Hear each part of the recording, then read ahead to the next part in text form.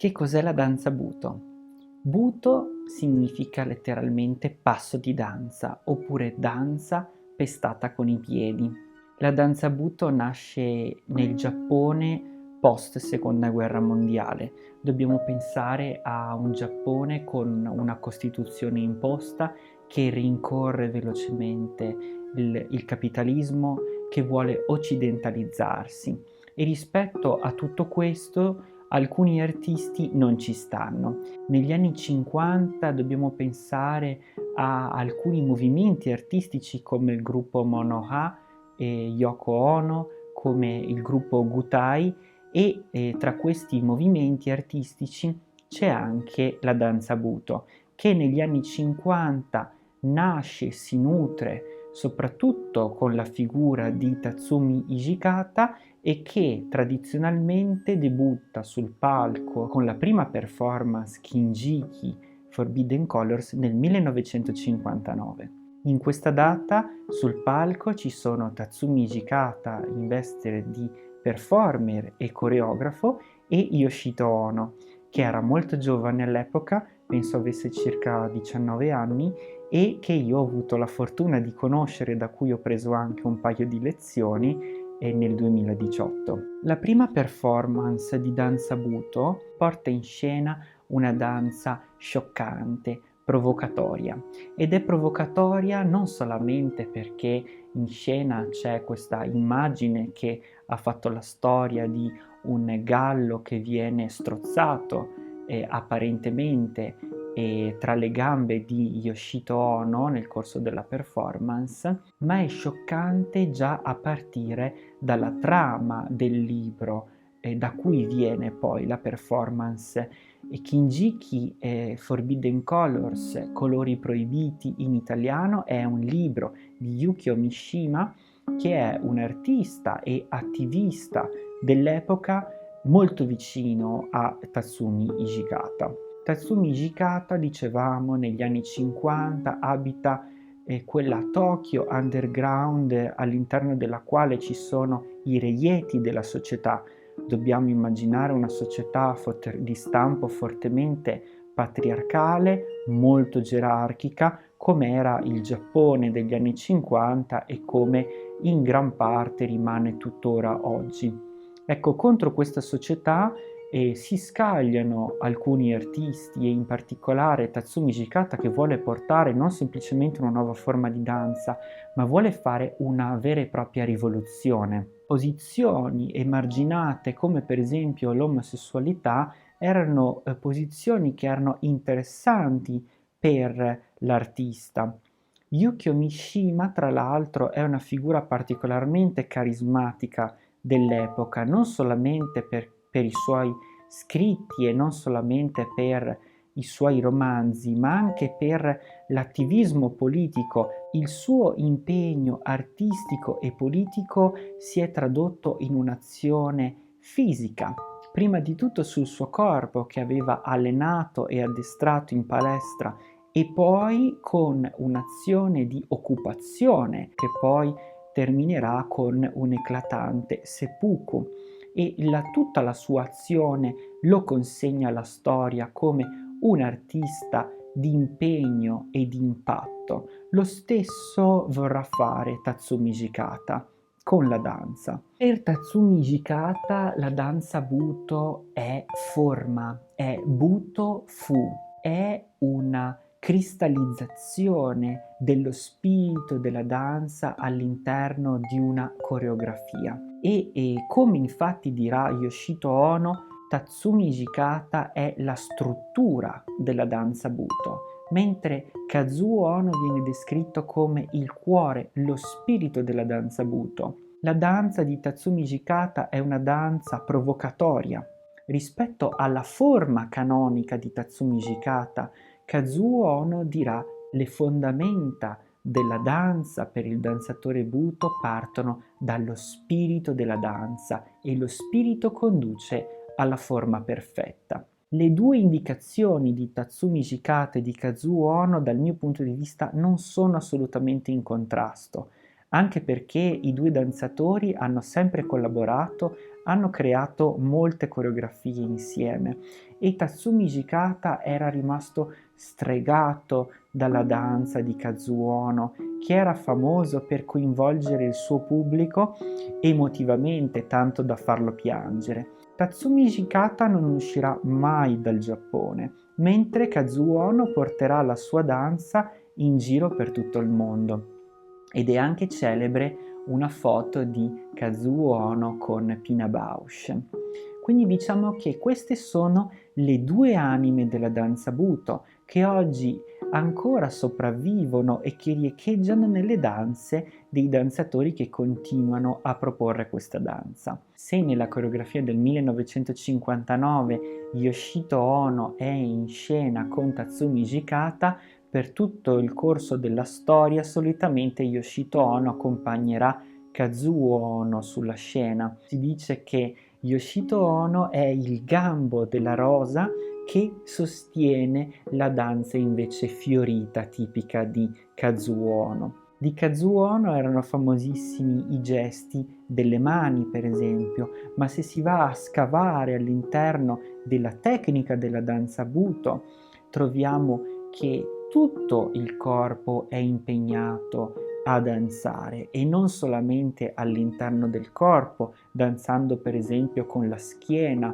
danzando con la faccia, con tutta la mimica facciale, danzando con le mani ovviamente, ma anche oltrepassando le pareti, sprofondando nel pavimento e quindi c'è questo costante dialogo di questa danza con tutti gli elementi della scena, con le memorie che arrivano dal pubblico, ma anche con le memorie degli elementi che vengono inseriti all'interno della coreografia.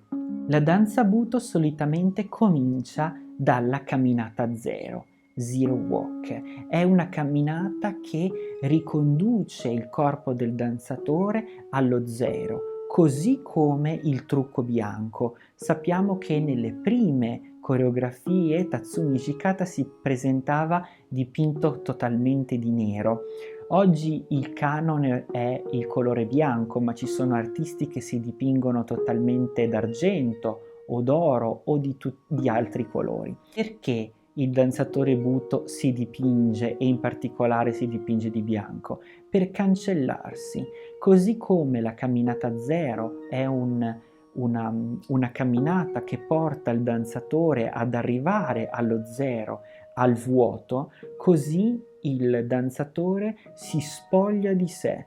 È come se si dimenticasse la propria facciata sociale. Sappiamo che questa è una danza di rivoluzione.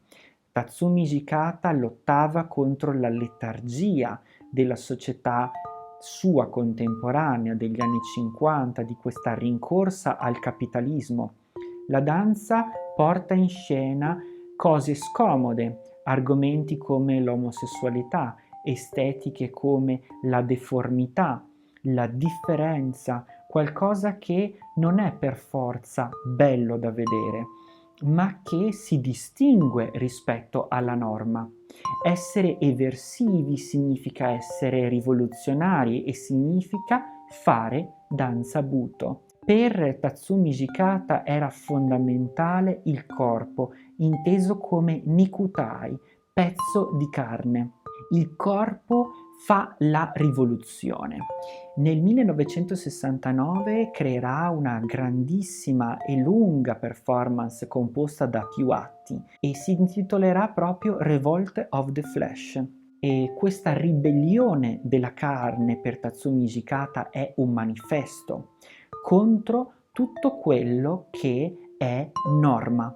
Arriverà sul palco completamente nudo con un fallo di cartapesta eretto dorato. Ecco che i richiami alle falloforie greche, così come era un richiamo forse platonico, quello del gallo strozzato tra le gambe di Yoshito Ono, o comunque se non è un richiamo platonico è un richiamo alle ritualità ancestrali.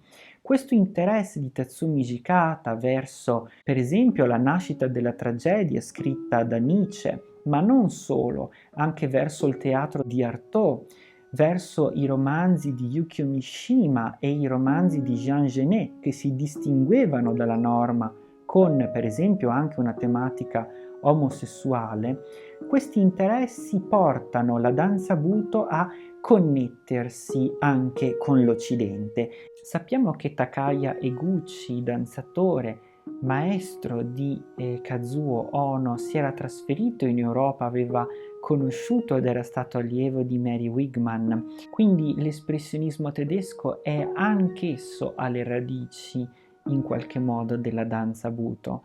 Io propongo una lettura della danza Buto che nasce nel contesto degli anni 50 in Giappone, parallelamente a quanto succede per le arti performative in Europa, sempre all'inizio degli anni 50, perché se sappiamo che in Giappone c'è il gruppo dei Gutai che utilizza il corpo per attraversare la tela, utilizza i colori con dei cannoni per essere sparati su pareti o su supporti in plexiglass o sulle tele stesse e veste il corpo con delle luci e porta questa sperimentazione del corpo ad essere arte, sappiamo che negli stessi anni a Vienna l'azionismo viennese produce delle azioni molto forti, sempre con una carica eversiva sociale molto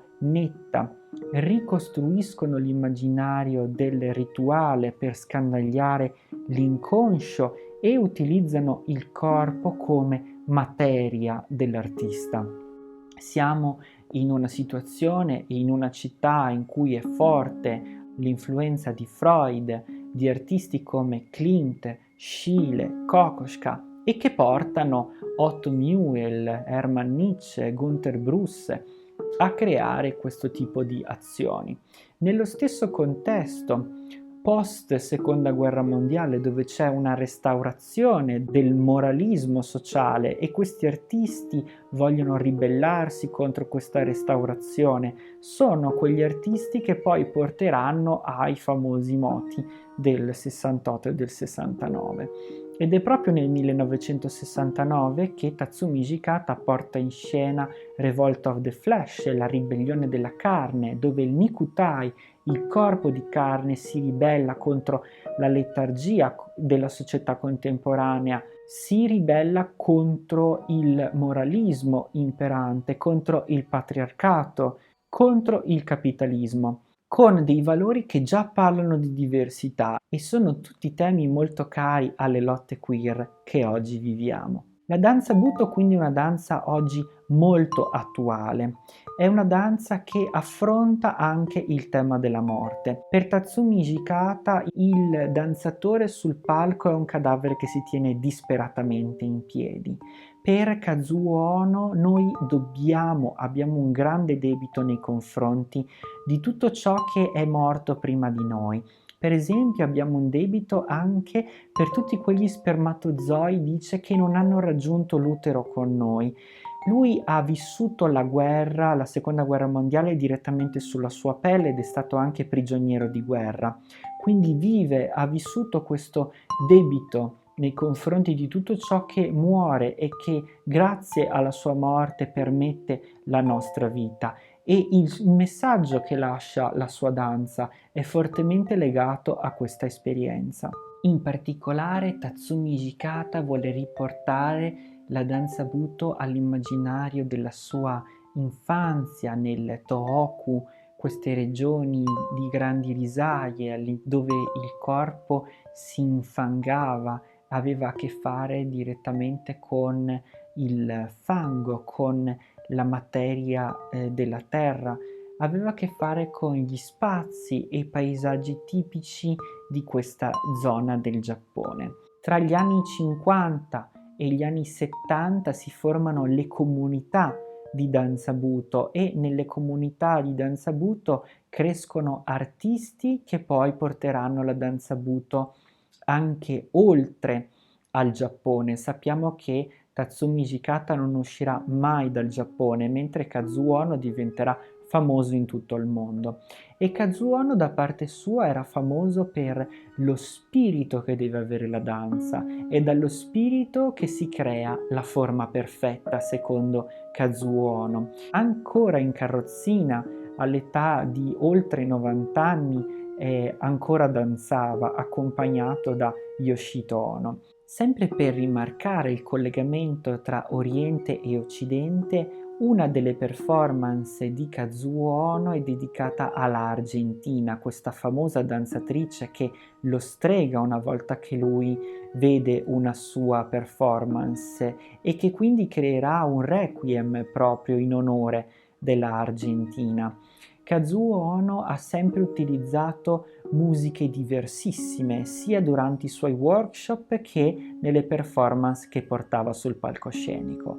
Quindi non era difficile danzare durante i suoi workshop con musiche di Elvis Presley piuttosto che con una suonata di Bach, e non era difficile guardare una sua performance con il repertorio della musica classica europea, per esempio. Un altro elemento interessante della danza Buto è l'androgenia della danza Buto. Kannon è una divinità giapponese che è sia maschile che femminile. Sul palco Kazuo Ono e Tatsumi Hijikata si vestono sia da personaggi maschili sia da personaggi femminili, ed è molto interessante quello che risponde Kazuo Ono a un giornalista quando gli viene chiesto come mai si travesta da donna sul palco. Kazuo Ono a quel punto risponde che non è mai stato nelle sue intenzioni o non si è neanche nemmeno accorto di essersi vestito da donna. Il suo interesse è quello di rintracciare le sue origini e quindi ritornare a sua madre. La lotta contro il moralismo della società dell'epoca è una lotta che la danza Buto mantiene viva ancora oggi, ed è interessante sfruttare la carica eversiva e rivoluzionaria della danza Buto per continuare a parlare di tematiche sociali. La danza Buto ci spinge a essere rivoluzionari, ci spinge a guardare la diversità, ci spinge a non accontentarci della bellezza, quanto piuttosto di vedere che c'è grazia in ogni cosa, grazia anche nelle cose brutte. È interessante portare sulla scena lo studio del movimento di un neonato, di un feto. È interessante portare sulla scena il gesto disarticolato. Il dionisiaco è un elemento fondamentale per la danza Buto e in particolare per Tatsumi Hijikata.